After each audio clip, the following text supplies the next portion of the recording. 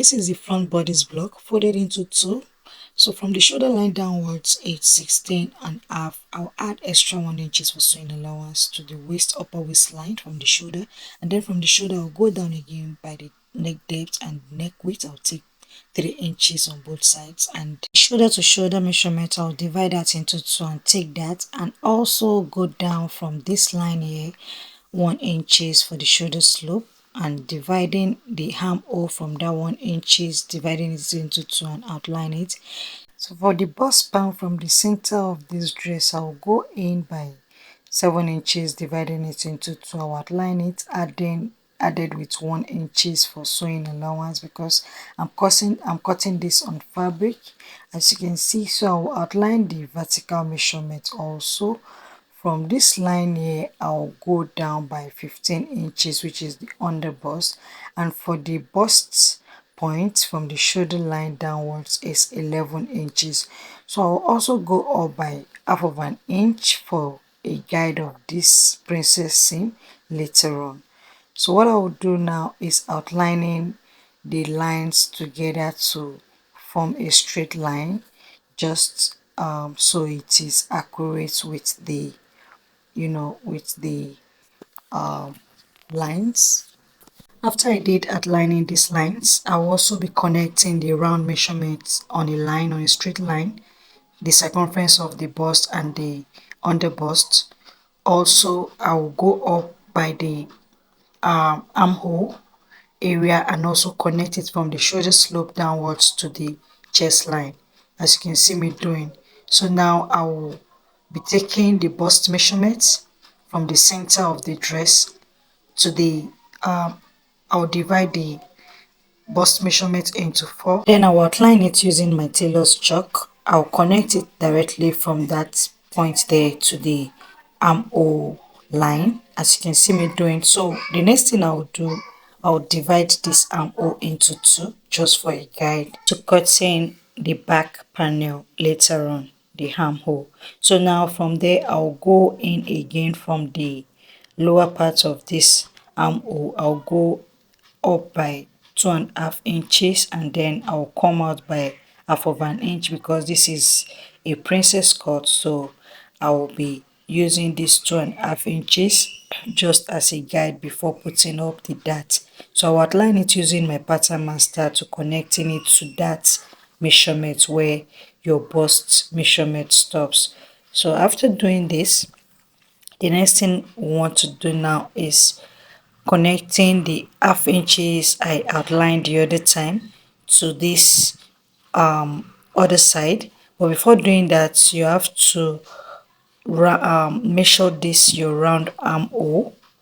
You can see what I am doing here. You measure it round from the shoulder slope downwards to the bust measurement. So you divide that into two. Whatever you get, you outline it.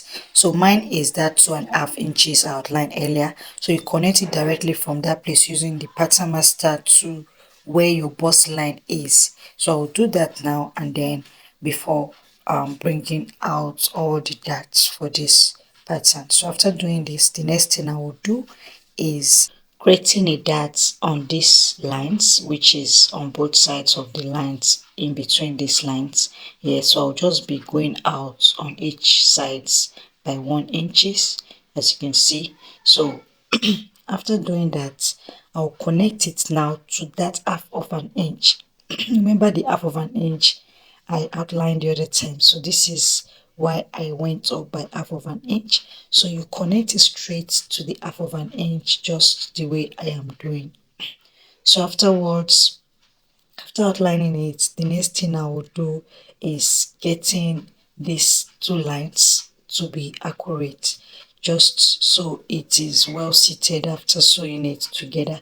So what I discovered here is 1 inch longer than the other line, so I will just extend it now, adding it up with another 1 inches, so that will be the new line for the armhole. So I'll connect it now to the armhole, added with 2 inches for sewing allowance. So this will be for both the sewing allowance of the lining and including the material. Remember, I already added 1 inches for the dart sewing allowance before now. Now connect it straight there. So that's all about the that's from the shoulder line downwards to the armhole. So that's it about that. So the next thing I will be doing here now is taking the center darts measurement from under the bust. You go in by the side of your pattern by 2 inches. You can go in by 1.5 inches. Let me just use 1.5 inches so it is well, because of the bust I am using. So I will use half of an inch on the center part, making it all 2 inches. So I hope you understand what I just said there. You'll be using half of an inch on your center part, while on the side parts you'll be going with half of an inch. But if you're working with a smaller bust, you can use 1 inches on the side part while you use half of an inch on the center part. I hope you understand that. So I'll connect it now from the bust line downwards to the under the bust, so you can see how shapy that was. So now I will also connect this using the curve rule to connect it. Make sure it is well seated before connecting it. You can see how shaped it is. So that's all about the dart intake. So now I will just be outlining it. Note that I already added the sewing allowance to the bust line before, marking out this dart. So I'll just be connecting the neckline as well to the to the shoulder slope. Now for the neckline, you know how I normally do this. Dividing the shoulder line into two, and then you take out 3 inches for the neckline at first, and then you add whatever inches you want to add to the neckline on the slope of that shoulder slope. So I'll add half of an inch, making it 3.5 inches in total. That will be for the neck width. So now for the neck depth, I'll just be going with 4 inches for the neck depth. So I hope you understand what I just did here.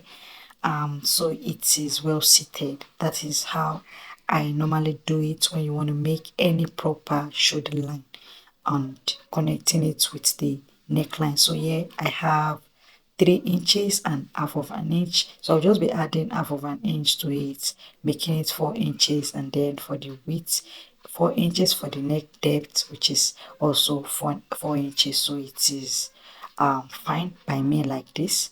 After connecting that, I will go straight to the waistline, which is the actual waistline. I will take my waist measurement, and then I will add the 2 inches to it. Then I will use the remnants for the sewing allowance.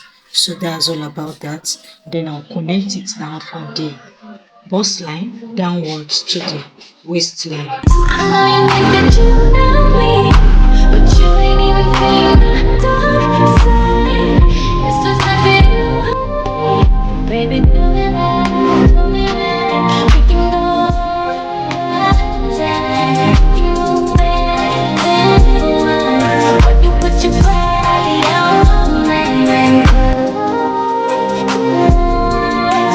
You can see this is the back body, so I already took out the zip allowance measurement before taking it. So on this line here is where you'll be taking all measurement from.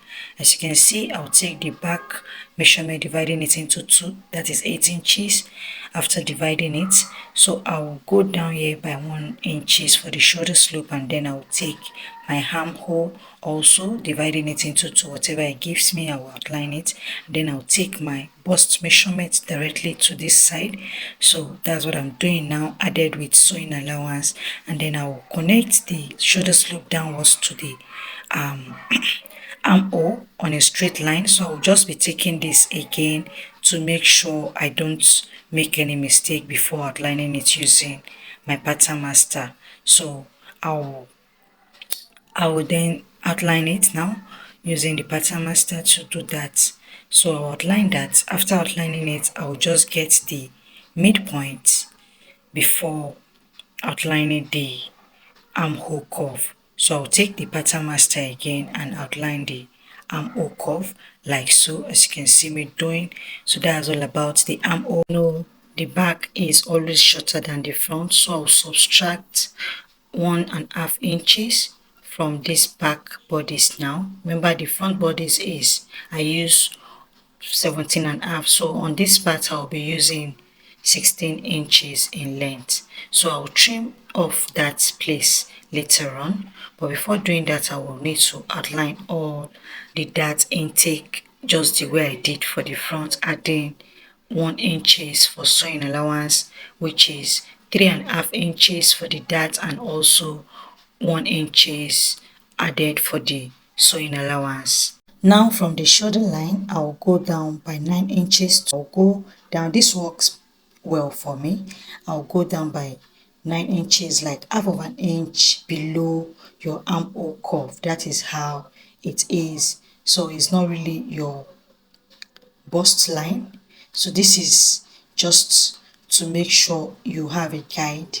So I'll connect it downwards to meet up with the waist dart. So I'll go in by half of an inch on both sides and connect it to this 9 inches, as you can see me doing. After doing that, the next thing I'll do is go to the neckline. On the shoulder slope, I'll connect it to that from the 3 inches down to the shoulder slope. Then I'll add 1 inches to make it 4 inches, and I'll connect it to the 2 inches for the depth for the back. So that's it about that. So I'll go down to this waistline, and then I'll add the actual measurement, and I'll add extra sewing allowance to it. So I'll cut out the excess, and then I'll cut every other thing out, but I won't be cutting out the dart. I will be sewing the dart into the dress, like so. I will just be notching it. That's all about the bodice. And then for the side of the front, I'll just be removing the 1.5 inches so it matches with the sides of the back bodice. So I hope you understand that. So now here is the down part of this dress. So this is the two, both the front and the back. The full length. Before cutting this out, you need your shoulder to your short length, which is 17 inches, and then you go down however you want the length to be, you outline it. So here I'm having 49 inches and I need 47 inches because I want it below my knee, and like a 3/4 inches length. So I will be needing 2 inches for the sewing allowance, both for joining the short length and also to turn it in after. For the zipper, I have 2 inches for the sewing allowance for the zipper on the down part. So from the center part of this front, I'll be taking in the dart. Remember, I added 1 inches for the front, which is 4.5 inches afterwards. So this is 3.5 inches plus 1 inches for the sewing allowance. Then you go down by the hip line. To the hip line to get it is 8 inches to 9 inches depending on how full your boot is. So I'll outline my hip measurement on that particular 8 inches I went down with, and I'll outline the hip measurement connecting it with the waistline. So from this hip line now, to get the pencil, you will need to subtract 1 inches on the down part of this dress, connecting it directly to the hip line. I hope you understand what I am saying here. So I will do that quickly and I will outline it after subtracting 1 inches on the down part of this dress. After outlining this, is taking where I want the slit to start from. So what you need to do is taking your measurements from the waistline, you go to your knee point, is usually 18 inches. So I'll outline that and then I'll cut out 1 inches from this particular area downwards. So you can see the way I'm doing it. I'll just be outlining it. So let me just cut out half of an inch from there. So it is, so you know this is where you will be starting your slit from. So you can as well go up by 1 to 2 inches if you want your slit to be above your knee area.